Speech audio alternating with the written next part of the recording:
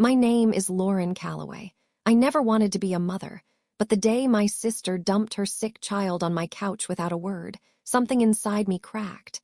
I cleaned up the mess she left behind and ended up raising a boy she never really wanted. She thought I'd just keep cleaning up after her forever, but she forgot one thing: quiet devotion doesn't mean weakness. Sometimes it's the calm ones you should fear most. Before we get into this story, let me know in the comments where you're watching from.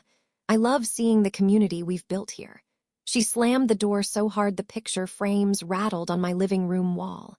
For a moment I just stood there, frozen, hands still halfway up in surrender, mouth half open from the argument that had spun wildly out of control.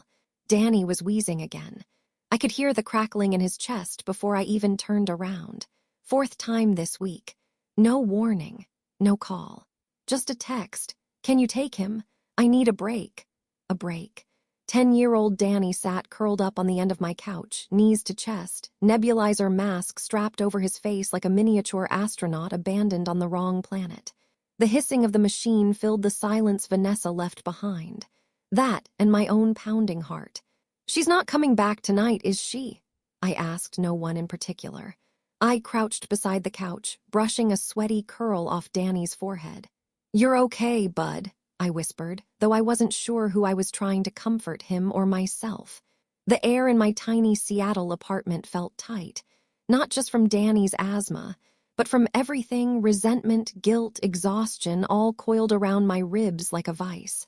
"You're not being a mother," I had snapped at Vanessa just 10 minutes ago. "You're just running away." She'd laughed, rolled her eyes like I was being dramatic, and muttered something about needing a break before I lose my mind as she backed out the door. Her boots clicked sharply against the hallway floor like punctuation.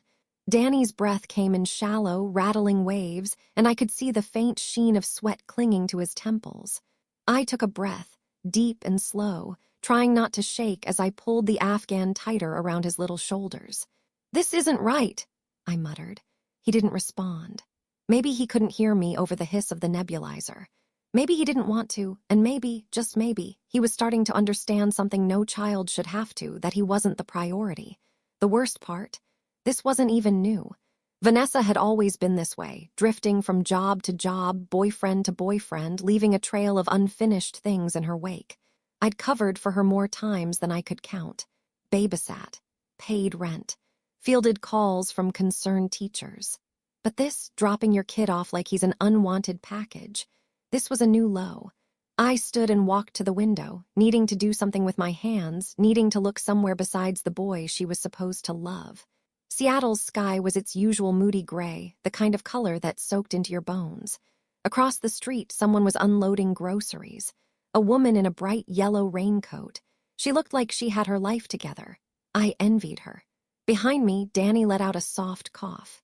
I turned, caught his eyes just before he looked away. He always did that, look away too fast, like he didn't want to see whatever disappointment he expected to find in grown-up faces. I sat back down beside him, the couch sagging under our weight. "You okay, bug?" He nodded, barely. And there it was again, that invisible thread tying me to this child. Not blood, not obligation, just choice. I was the one who stayed, again. Vanessa's voice still echoed in my head. "I just need space. I can't be a full-time mom right now." As if parenting were a shift you could clock out of. "I don't know how much more of this I can take," I whispered into the quiet, more to myself than to anyone else. "But I guess that's the difference. I don't get to leave." And that was the moment it started to shift. Not in some cinematic way with swelling music and revelations, but slowly, quietly, in the soft resolve settling behind my ribs. If she wouldn't fight for him, maybe I would. The kitchen smelled like stale coffee and old hopes. It was nearly midnight and I couldn't sleep, not with Danny breathing fitfully in the next room and that cursed phrase echoing in my head. "I need a break." So I sat at the kitchen table, forehead pressed to my hand, a chipped mug of tea cooling in front of me. The light above buzzed faintly, a low electric hum that matched the heaviness in my chest. I didn't hear him come in, just felt the tiny tug on the hem of my sleeve. I looked up. Danny stood there in his oversized Star Wars pajamas, blinking up at me like he wasn't sure if he was allowed to be awake. "Couldn't sleep?" I asked, scooting a chair out with my foot. He shook his head and climbed up, legs swinging a little above the floor. I passed him the honey jar like it was some ancient ritual, and he smiled faintly as he spooned some into my tea. We sat there in silence for a long while, just the ticking wall clock and the occasional creak of the apartment settling around us. Then quietly, so quietly I almost missed it, I heard him say, "Do you think Mom's coming back tomorrow?" My chest clenched. "She didn't say," I replied carefully, "but she always does eventually." He nodded like he knew better. A pause, then another whisper. "She doesn't really talk to me unless she's mad." I swallowed hard.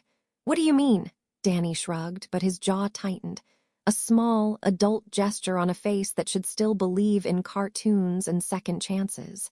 Like she yells a lot when I get sick, says I do it on purpose, that I ruin her plans. His eyes flicked down to the table, tracing the grain of the wood with his fingertip. "I don't mean to, it just happens." My heart shattered in real time, not loudly, not dramatically, just quietly, like an old photo frame cracking under the weight of dust and years. "I know you don't mean to," I said, my voice soft but sure. "And none of this is your fault, Danny." He didn't look convinced. "I try not to cry when I can't breathe," he added, almost to himself. "It makes her madder." I reached out and covered his small hand with mine. It was warm, a little sticky from the honey, and trembling just barely. "Danny," I said gently, "you never have to be afraid to feel things, not with me." He looked at me then, really looked, like maybe, just maybe, someone had finally said the thing he didn't know he needed to hear. The clock ticked on. I didn't ask him any more questions. Didn't press or prod or try to coax a confession from him like some courtroom drama. Instead, I sat there holding his hand in the quiet, letting the truth hang in the air between us like fog. Vanessa didn't just drop off her kid. She dropped off a soul who'd been taught not to cry, not to ask, not to expect. And somehow that hurt more than anything. He finished the tea, mostly honey at that point, and leaned against my arm. "Can I sleep here tonight?" he mumbled. I nodded and led him back to the couch, pulling the quilt over him again. His breathing, though shallow, had steadied. His eyes closed. Trust. Not in words, but in the way he let his weight sink into the cushions like it was safe to rest. I stood for a while watching him sleep. Then I whispered to the empty room, "You don't have to keep saving yourself anymore. I've got you." That night, I didn't go back to bed. I sat at the edge of the couch thinking, not about Vanessa, but about the boy she left behind, and the strange, fierce love blooming in the cracks she'd made. The clock said 12:41 a.m. I stared at the numbers like they might blink into something else, some alternate timeline where I didn't feel like a ghost in my own life. Danny was finally asleep, tucked into my bed with that soft snore he made when his sinuses were blocked. I was bone tired, but my fingers still hovered over my phone like they were waiting for permission to make the call I knew I'd regret. I scrolled through old messages. Most were one-liners from Vanessa. "Can you watch him?" "Need a night." "I'll grab him tomorrow." No emojis, no thank yous, not even his name half the time. I tapped call. It rang 5 times, then click. "Hello, woo." Her voice was slurred and far away, like it had traveled through water to reach me. "Vanessa," I said, my voice low, shaky, "you need to come get your son." "Oh, Lauren," she laughed, the kind of laugh that didn't belong to someone who had left their sick child on a couch hours earlier. "Chill out, he's fine." "No, he's not. He's on breathing treatments. He's not a package, Vanessa. You don't just drop him off and disappear." I could hear music in the background, something bass-heavy and relentless. "Where are you?" I asked, even though I already knew I'd hate the answer. There was a pause, then, with breathy smugness, "Shalom, babe." Eric surprised me with a last-minute trip. Can you believe it? I needed this so bad. I froze. "You left the country without telling me." "Mum," she said, chewing something. "I mean, I assumed you'd say yes, you always do." My voice dropped. "You abandoned him." "You're so dramatic, Lauren." Her words were airy, dismissive. "He loves you, and honestly, you're better at this mom stuff anyway. Consider it. I dunno, fate. He's your child now." I didn't even register when the call ended. The phone was still in my hand, but the screen had gone black. I stood in the middle of the kitchen for a long time. Then I sank to the floor. The cold linoleum pressed into my knees, my palms, my forehead. I buried my face in my hands and let the sobs come. Quiet, desperate things that had waited too long to be heard. I wasn't crying for her. I was crying for Danny. For every time he coughed alone. For every birthday she forgot. For every lie she'd tell later when it suited her to pretend she was still his mother. "He's your child now." I said it out loud, just to hear it in the room. My child. No, not by blood, not by paperwork, but by presence, by the fact that I stayed. A draft crept through the window over the sink. I pulled my robe tighter around me, wiped my face, and slowly got up. Danny stirred as I peeked in on him. His arms were tucked under his cheek, the nebulizer mask off but his breath soft and regular. I knelt down, adjusted the blanket, and pressed a kiss to his temple. "I'm not going anywhere," I whispered. Then I turned off the hall light and let the night hold us both in its fragile arms. The morning light spilled across the hardwood floors like someone had cracked open the clouds just for us. I don't know what I expected: tears, silence, more coughing. But instead, Danny padded into the kitchen with bedhead, socked feet, and a grin that caught me off guard. "Morning," he said, his voice raspier than usual but cheerful. "Hey, bud," I replied, still halfway through pouring scrambled eggs into a frying pan. "How are you feeling?" He gave me a thumbs up, then walked over and leaned on the counter like he lived here, which I guess he sort of did now. "Can I help?" he asked. I blinked. "With breakfast?" "Yeah, you always do it." He shrugged. "I can stir or something." I handed him a wooden spoon, more out of curiosity than necessity, and watched him poke at the eggs like he was defusing a bomb. "You're taking this job very seriously," I teased. He grinned. "Chef Danny, world's youngest sous chef." "Well, Chef Danny, how do you feel about toast duty?" He nodded solemnly like we were entering a professional partnership. While he manned the toaster, I scrambled around for fruit and orange juice, trying to act normal. But inside, something tender and fragile was curling up in my chest like a newborn thing. When we finally sat down, 2 mismatched plates, 2 chipped mugs, the sun catching dust motes in the air, Danny took a bite, made a face, and said, "Not bad, for someone who burns toast 80% of the time." I laughed, harder than I had in weeks. "That's a bold accusation, mister." He shrugged, eyes dancing. "I call it like I see it." "Oh, you're gonna be fun in high school," I muttered, sipping my coffee. "You'll be giving your teachers gray hairs by sophomore year." He looked at me thoughtfully, chewing slower now. "You really think I'll make it to high school?" The words hit like a brick through a stained glass window. I put down my cup. "Of course I do." He didn't meet my eyes. "Sometimes it gets really bad, like it feels like someone's sitting on my chest." "I know," I said gently. "But you've got medicine. And doctors and me." That last part came out before I could filter it, but he heard it. "You," I nodded slowly. "Yeah, me." The silence that followed wasn't awkward, it was sacred. "I like it here," he mumbled after a while, eyes on his eggs. "It's quiet, not so many fights." I thought of Vanessa's last boyfriend. The shouting, the slammed doors, Danny's flinches that weren't loud but spoke volumes. "Well," I said, "quiet's kind of our thing around here." He looked up. "I don't mind." We ate the rest in companionable silence, the kind only 2 people who have been through something unspoken can share. After the dishes were done, he sat cross-legged on the living room rug, fiddling with Lego bricks while I tidied up the kitchen. The sun was still holding strong through the big window, warming the corners that used to feel cold no matter how high I turned the heat. I leaned against the doorway, watching him quietly engineer something vaguely spaceship-like. "Danny," he looked up. "We're gonna figure this out, okay?" He tilted his head. "What's this?" I took a breath. "All of it: school, medicine, pancakes, you and me, the hard stuff, the fun stuff, just life." For a second, he didn't say anything.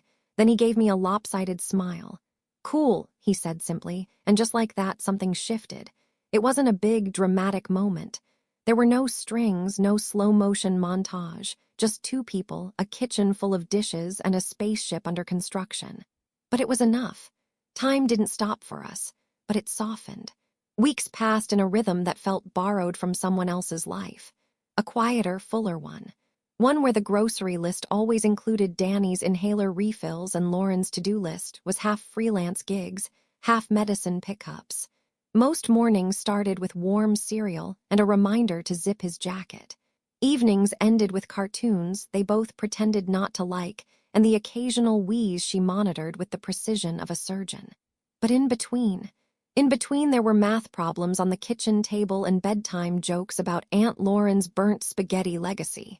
There were notes in his lunchbox, sticky cereal spills, laughter she hadn't heard in her home in years, laughter that sounded like it belonged. Lauren worked harder than she ever had. During the day, she bounced between remote IT gigs, contract work, debugging e-commerce sites for clients who always paid late. At night, she cleaned Airbnb apartments and ran errands for people too rich or too tired to do it themselves. On weekends, she taught a community coding class for kids at the library, for free, mostly because they needed help and partly because Danny liked coming along. Her body ached constantly. Her bank account hovered just above danger. But Danny smiled more now. One Thursday night, she sat beside him at the dining table, reviewing his homework. The same battered calculator from her college years sat between them. Danny tapped his pencil against the worksheet. "Do I have to show my work?"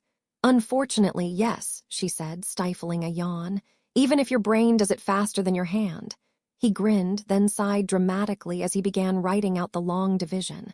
Lauren glanced at the page, her eyes widened. "Wait, Danny, these aren't fifth-grade problems. Where'd you get these?" He shrugged. "I finished the other ones. These are from the challenge section in the back." She blinked. "And you got them right," he nodded. "I like the ones with remainders, they make sense." Lauren leaned closer, checking his work again. It was perfect. "You're kind of a genius, kid." Danny looked up, startled. "You think so?" She smiled. "Only because you are." He beamed, a full, unfiltered grin that made her throat tighten. "I mean, it's mostly 'cause you help me," he said, suddenly shy.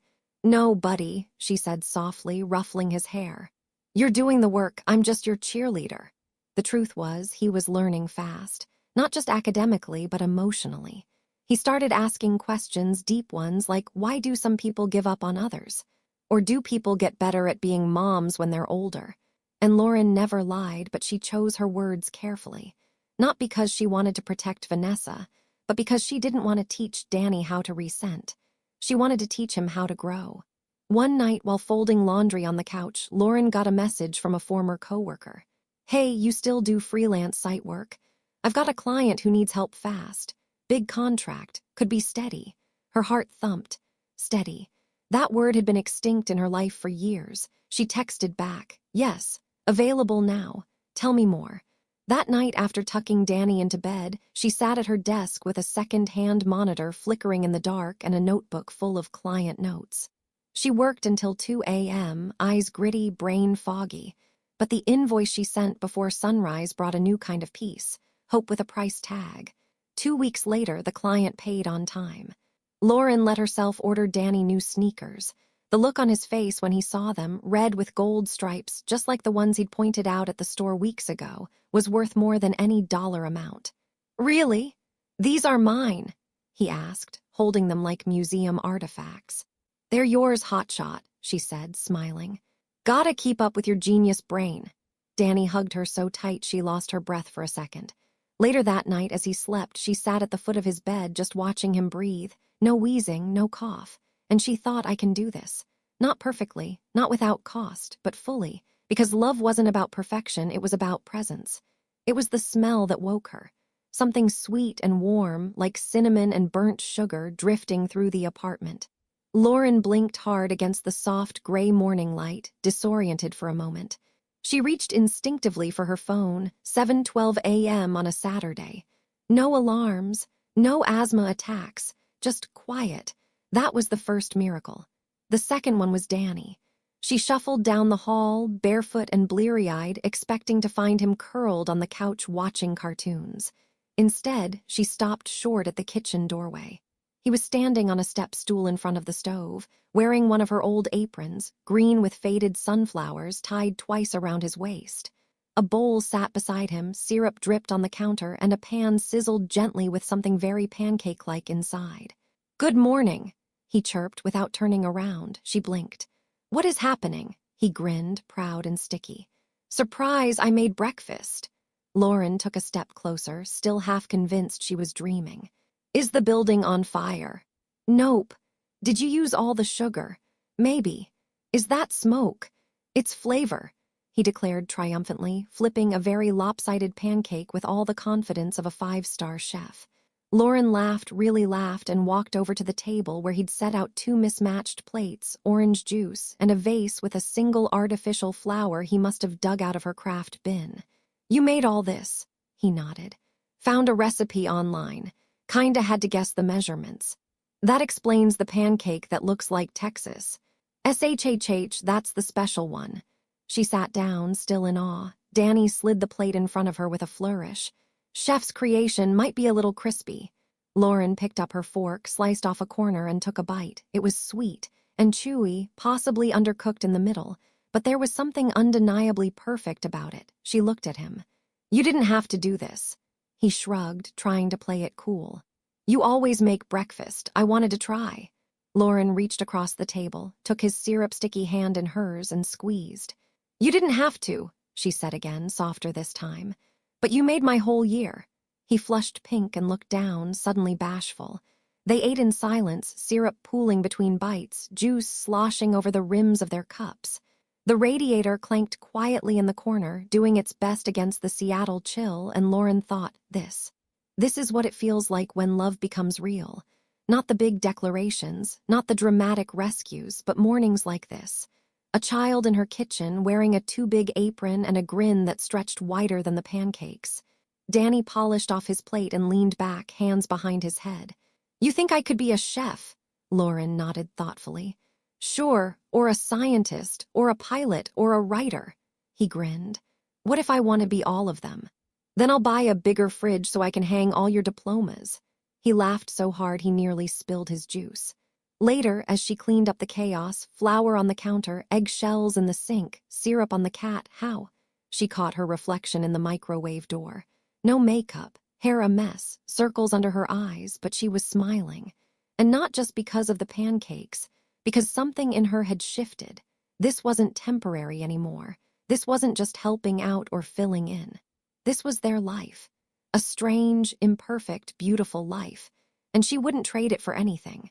The waiting room smelled like hand sanitizer and faintly burnt coffee. Lauren sat with one leg crossed over the other, her ankle bouncing. Danny leaned into her side, thumbing through a tattered comic book while occasionally glancing up at the fish tank across the room. Plastic plants swayed in the current. The tiny yellow fish swam in slow circles, oblivious. Lauren's heart, on the other hand, was doing gymnastics. She didn't know why this appointment felt different. Maybe because Danny hadn't had an attack in almost a month. Maybe because she dared, just once, to let herself imagine a future that wasn't ruled by medication schedules and emergency room visits. Maybe because she needed good news. Desperately. "Danny Calloway." They both stood, Lauren holding his backpack and water bottle like it was second nature. Danny shot her a thumbs up, and she tried to smile like she wasn't holding her breath. Dr. Mora greeted them with her usual calm professionalism, her salt and pepper bun tight and her cardigan perfectly creased. She'd been Danny's pulmonologist since he was 6, back when Vanessa still came to appointments. Back when Lauren was just the emergency contact. "How's my favorite math genius?" Dr. Mora asked as Danny climbed onto the exam table. "I'm not even top 3 anymore," Danny joked. "But I made pancakes last weekend." "Pancakes." Dr. Mora raised her eyebrows and looked at Lauren. "Sounds like a strong set of lungs." Lauren smiled, but it didn't quite reach her eyes. After the usual vitals, breathing tests, and stethoscope to the back, Dr. Mora tapped a few keys into the computer and gave Lauren a look that made her stomach flip. "Please, just don't say we need to run more tests." "His lung function is up 23%, Dr. Mora said, finally. "His oxygen saturation is holding steady even post-exercise. His growth is on track. Honestly, I'm impressed." Lauren's hand gripped the strap of Danny's backpack tighter. "So, what does that mean?" she asked cautiously. Dr. Mora smiled, really smiled, not the gentle one reserved for chronic cases, but a real, warm, eyes-crinkling kind of smile. "It means you're doing everything right. If he stays on this track, he'll live a full, active life." The words hung in the room like a miracle. Danny kicked his legs beneath the exam table, oblivious. But Lauren just stared. A full life. Not tethered to a nebulizer, not sidelined by fear. a life that belonged to him, not one borrowed in fragments. "Lauren," her name pulled her back. Dr. Mora's voice had softened. "Are you okay?" She blinked rapidly. "Yeah, I wasn't sure I'd ever hear that from anyone." Danny looked up then, sensing the shift. Lauren reached for his hand. "Did you hear that, buddy?" He nodded, but his eyes were on her. "You're crying." She laughed, one wet, messy sound, just a little happy tears. Dr. Mora turned to Danny. "You've got someone taking very good care of you." Danny glanced at Lauren, then said, "She's not my mom." Lauren stiffened just for a second, but then he added without hesitation, "She's better." Dr. Mora nodded as if that settled something sacred. They left the office with 2 new prescriptions, a printed copy of Danny's improved test results and a little more light in their bones. In the car, Lauren turned the key in the ignition but didn't pull out of the parking space right away. The heater hummed softly. Danny sat beside her, sipping apple juice from a pouch they'd picked up on the way. "You really think I'm getting better?" he asked. "I know you are," she said. "And you're not gonna stop helping me, even if I'm not sick anymore." The question made her throat close. "I'm not helping you because you're sick, Danny," she said. "I'm here because I love you." He looked down at the apple juice and gave a quiet little smile. Then, almost like a secret, he said, "I love you too." It was the first time he'd said it. Lauren didn't cry, not then. But as they pulled out of the lot and headed home, her hand resting lightly over his on the center console, she whispered to the windshield, "We're gonna be okay." And for the first time, she believed it. The car was red, not fire truck red, more like cherry cola in the sun. It wasn't new, not by a long shot. The paint had a few scratches, and the air conditioning wheezed if you asked too much of it. But to Lauren, standing in the driveway with her arms wrapped tightly around herself, it gleamed like a trophy. Danny tossed the keys into the air and caught them mid-spin, his Stanford hoodie bunched at the sleeves. "What do you think?" She blinked. "You used your savings for this." He shrugged. "It was either this or a monthly Uber subscription. I figured you deserved better." Lauren opened her mouth to speak, but no words came. It had taken years to get here, through nebulizers and tutoring and late-night freelance work, through tears and triumphs and tiny, ordinary days that built a life. And now he was leaving, heading to Stanford on a full scholarship, pre-engineering, top 3% of his class, letters of recommendation that read like love songs to his brain and his heart. "You didn't have to do this," she finally said, her throat tight. "I know," Danny replied, "but I wanted to. You gave me everything. The least I can do is make sure you don't have to bike to the pharmacy in the rain." Lauren laughed, brushing tears off her cheeks with the sleeve of her sweater.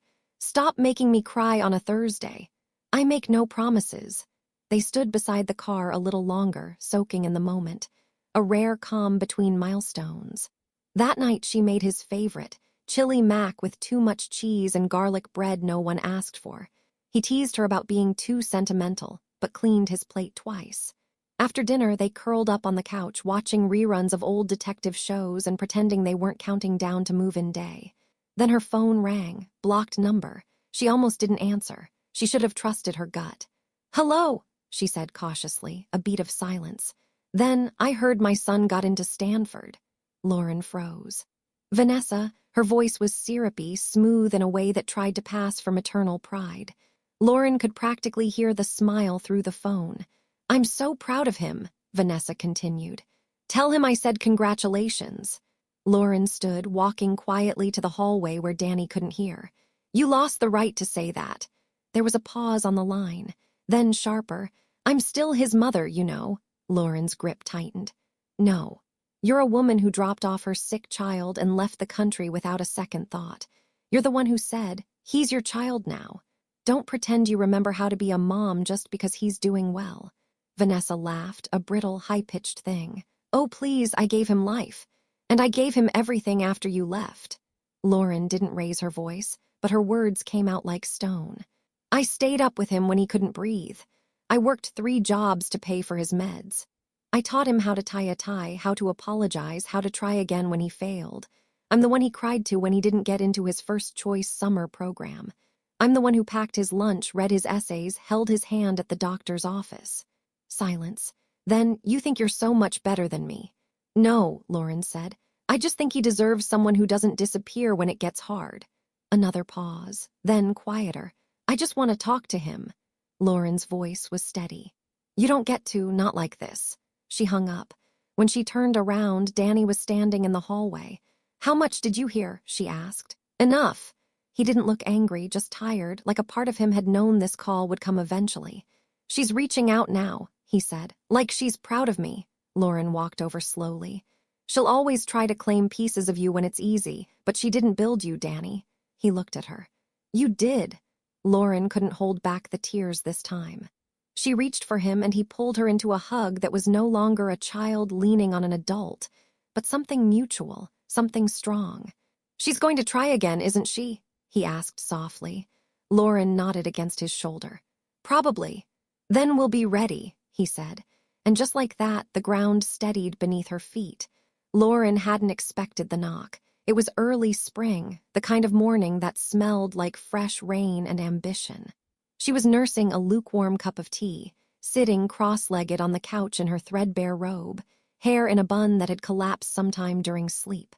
The Corolla had died 3 days ago. Not sputtered. Died. On the freeway of all places. She'd coasted it to the shoulder with prayer and sweat, called a tow truck, and told herself not to cry when the mechanic said words like engine seized and not worth the repair. She'd been trying to figure out how to afford a used bicycle.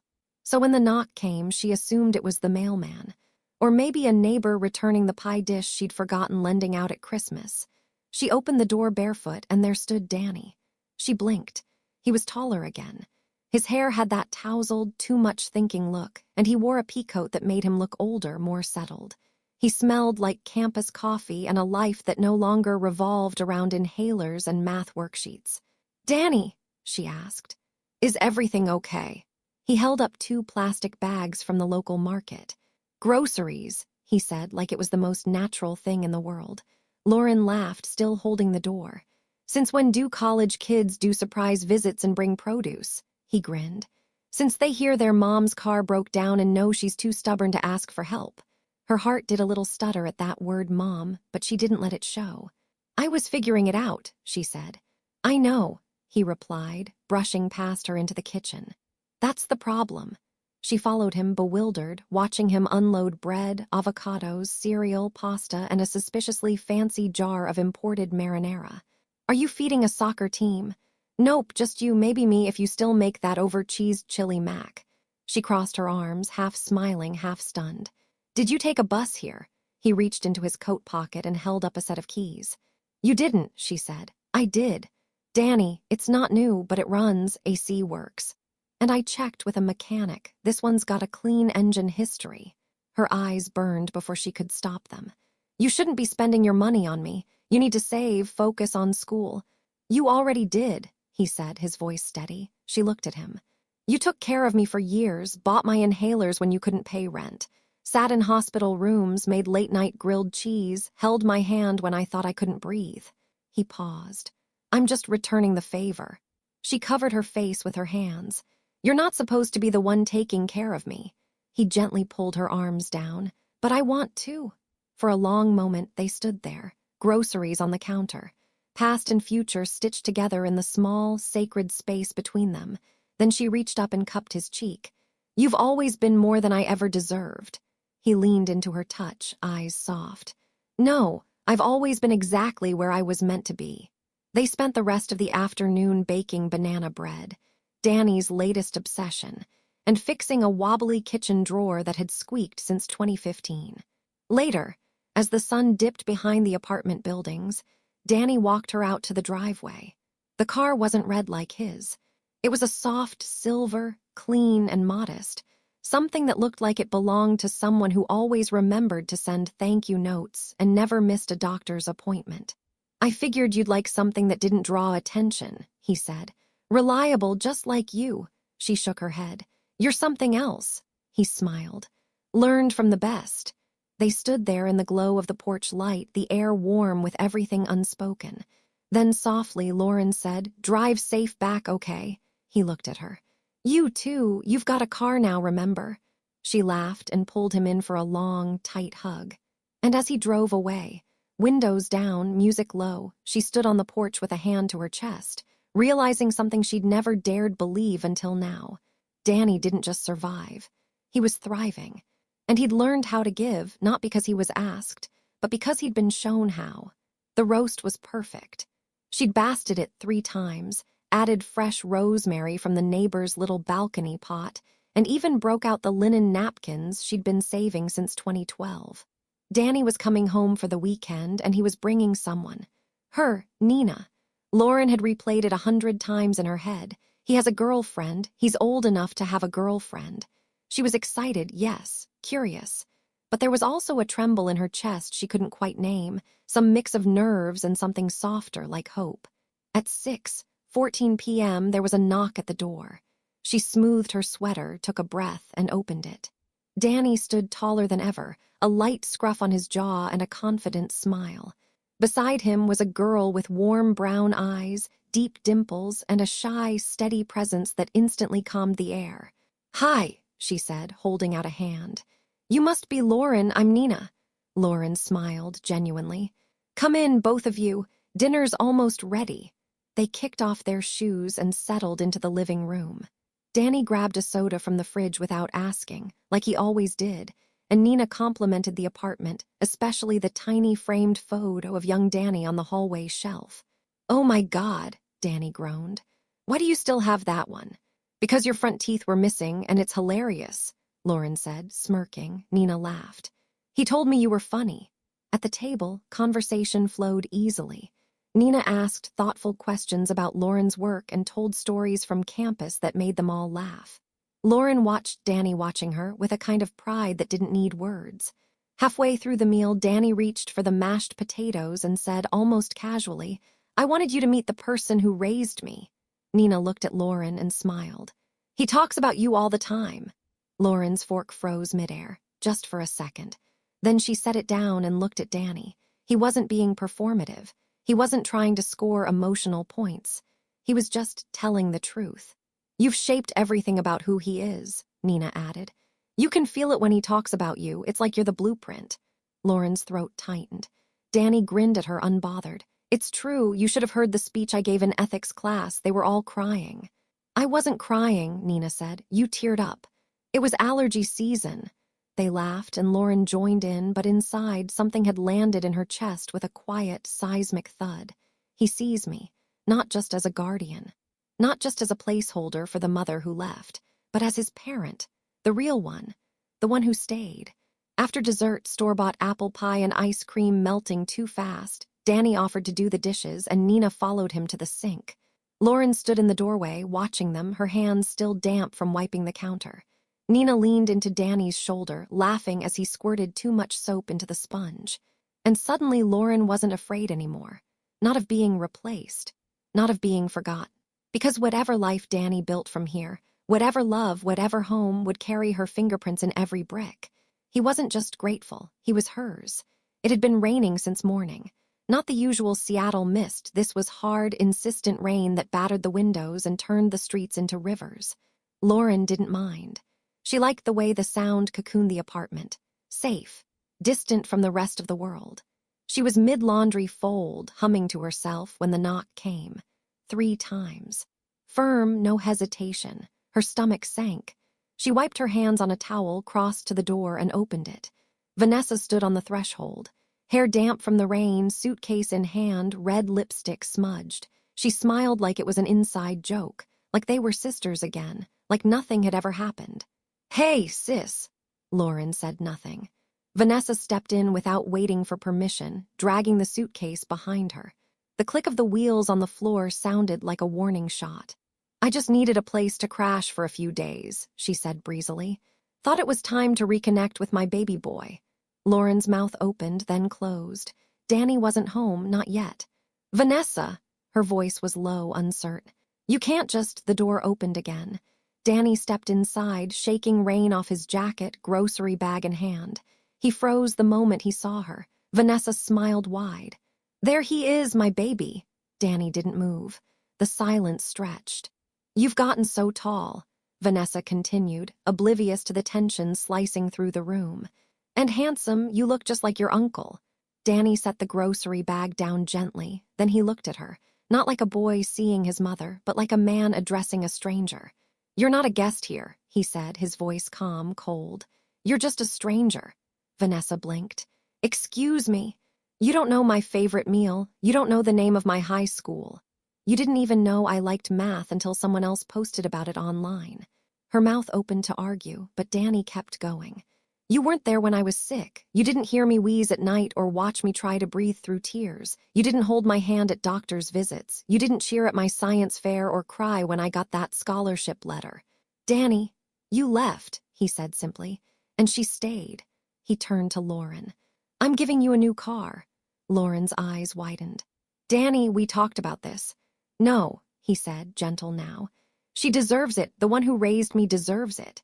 Vanessa's face shifted, defiance crumbling into disbelief, disbelief into something hollow and stunned. "I'm still your mother," she whispered. Danny didn't flinch. "No, you're not." The room went still. The rain outside softened as if even the sky was holding its breath. Vanessa's eyes welled, but the tears didn't fall. She looked at Lauren, pleading silently for something, mercy perhaps. Recognition, a bridge back to what she'd thrown away, but Lauren didn't offer it, not this time. Vanessa picked up her suitcase slowly, her movements robotic, like someone trying to remember choreography from a dance they no longer knew. And without another word, she left. The door clicked shut behind her. The silence afterward was heavy, but not unbearable. Danny walked over, took Lauren's hand. "You okay?" She looked at him, this boy, this man, and smiled. "Better than ever." The next morning, the apartment felt different.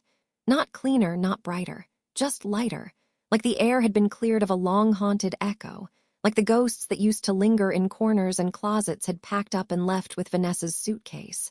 Lauren sipped her coffee at the kitchen table, watching the steam rise. Danny sat across from her, pouring milk into his cereal with the kind of casual calm that used to feel impossible. They didn't say much. They didn't need to. He glanced up mid-bite. "She won't come back." Lauren nodded slowly. "No. You think she meant it about reconnecting." "I think she meant what she wanted to mean," Lauren said, "but wanting something doesn't make it true." Danny pushed his spoon through his cereal. "It felt good saying it, what I said to her." Lauren watched him carefully. "Are you okay with how it ended?" He didn't answer right away. Then, "Yeah, I think I am." She reached across the table, touched his hand. "You were brave." He smiled. "I learned from you." Later that day, they cleaned out the coat closet. Not because it needed it, because it felt right, like finally clearing space in more ways than one. Old jackets got donated, broken umbrellas tossed, a dusty shoebox filled with forgotten mail, and a single photo of Vanessa in her 20s, laughing, holding baby Danny, was quietly placed in a drawer. Not out of sight in anger, but out of reach in acceptance. By dinner, the rhythm had returned. Music played softly through Lauren's Bluetooth speaker. She cooked pasta while Danny grated cheese and recited facts about his engineering coursework, stuff she didn't fully understand but loved hearing anyway. He was becoming someone she couldn't have imagined years ago, not because he was different, but because he was whole. After dinner, they sat on the couch, each with a mug of hot chocolate, the rain now a faint whisper against the windows. "You ever think about how weird this all is?" Danny asked, stretching his legs out. "How so?" "That we ended up here. Just the two of us, like how easily it could have been different." Lauren looked at him. "I used to think about that every day. And now," she paused, "now I think we're exactly where we're supposed to be." Danny smiled. "Me too." Outside, the city lights shimmered through the wet glass, casting soft reflections across the living room. Inside, everything felt settled, not perfect, not without history, but peaceful. And for Lauren, that was more than enough. The chapel was small, but every seat was full. Lauren sat in the front row, hands clasped in her lap, heart thudding softly under a pale blue dress she'd saved for something special. Her hair was curled, not perfectly, but with care. A small pearl pin held it behind one ear, and a soft blush warmed her cheeks. Today she wasn't just attending. She was being honored. Danny stood at the altar, tall, confident, radiant in a deep navy suit, his hand clasped gently around Nina's. She looked stunning, all lace and calm, with a warmth in her eyes Lauren had come to love like a daughter's. The music faded. The ceremony began. Lauren barely heard the words. Her mind wandered to scraped knees, science fair ribbons, a half-burnt pancake breakfast, to asthma attacks that once kept her up at night and freelance jobs that nearly broke her, to the night Vanessa never came back and the moment Danny said, "You're better." Now here he was, a man, someone's husband, and she was still the woman he came home to. As the couple exchanged vows, Lauren's chest filled with a slow, overwhelming pride. It wasn't flashy. It wasn't loud. It was the kind that sits quietly in the corner of your soul and whispers, "You did this. You mattered." When the ceremony ended, applause thundered through the chapel. There was no mention of Vanessa. No empty chair for her, no pause in the program, no last-minute drama. Not because she wasn't welcome, because she wasn't relevant. Danny had made his choice, long ago, quietly and with certainty. At the reception, guests laughed and danced. Nina's cousins played matchmaker between Lauren and the handsome DJ, to no avail, and a kid spilled lemonade on her shoes, which made her laugh harder than anyone expected. Then the clinking of glasses called for a speech. Danny stood, tapping his glass gently. Nina rested her hand on his arm, smiling in quiet support. He looked around the room. "There are a lot of people here who have helped me become who I am," he began. "Teachers, mentors, friends, my beautiful wife." Nina blushed. "But there's one person here who did more than help. She saved me, raised me, believed in me when no one else did, not even me." Lauren froze, already feeling her throat tighten. Danny locked eyes with her. "She's not my birth mother," he said, "but she's the reason I can stand here today as a husband, an engineer, and a whole person." He raised his glass. "To the woman who gave me a home, a future, and a heart, Mom, I love you." The room erupted. Lauren didn't move for a full 3 seconds. Then slowly she stood. Her hands trembled as she raised her own glass and her smile cracked open like sunlight. "I love you too, baby," she whispered, even though the music had already begun again. The rest of the evening blurred in warmth and laughter. There was dancing, clumsy and joyful, stories shared, quiet hugs from old neighbors who remembered the early days. But one moment stayed with Lauren long after the lights dimmed. As Danny and Nina prepared to leave for their honeymoon, he pulled her aside just for a second. "I'm not saying this because it's a wedding," he said. "I mean it." She smiled. "I know. I'm gonna take care of you," he said, "like you took care of me." Lauren touched his face. "You already do." They hugged. And this time she let herself cry. Years later, when people asked Lauren if she had children, she always said yes, just one. And he turned out to be everything.